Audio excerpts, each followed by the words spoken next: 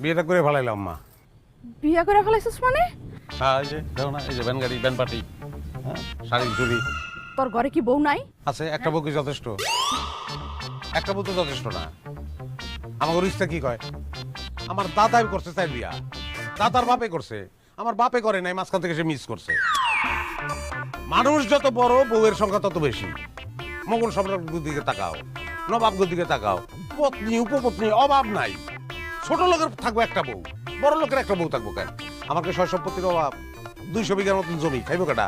বউ লাগবো না? আরো অনেক বউ লাগলো, দুইটা তো থামবো না আমি মা।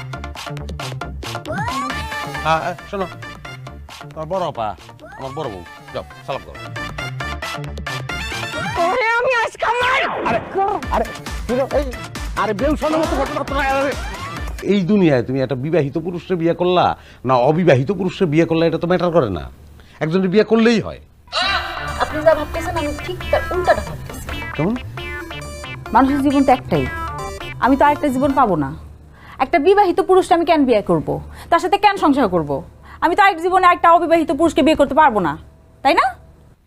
কোথায় যুক্তি আছে? কিন্তু বিবাহিত পুরুষ তো অভিজ্ঞ, বিবাহ করছে, বিবাহের ব্যাপারে তার অভিজ্ঞ আছে। তো সব জায়গায় তো মানুষ অভিজ্ঞ লোককেই খোঁজে। যাই হোক শোনো, কাছে আসবেন না আপনি। কথা বলতে হলে তো কাছে আসতেই হবে। 200 বিঘা জমির মালিক আমি, 100 বিঘা তোমার দিয়ে দেবো।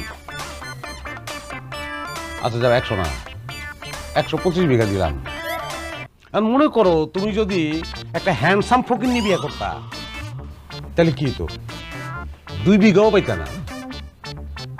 কিছুদিন গেলেই ওই হ্যান্ডসাম ফকিন্নিরে তোমার আমি বাথরুমে যাবো।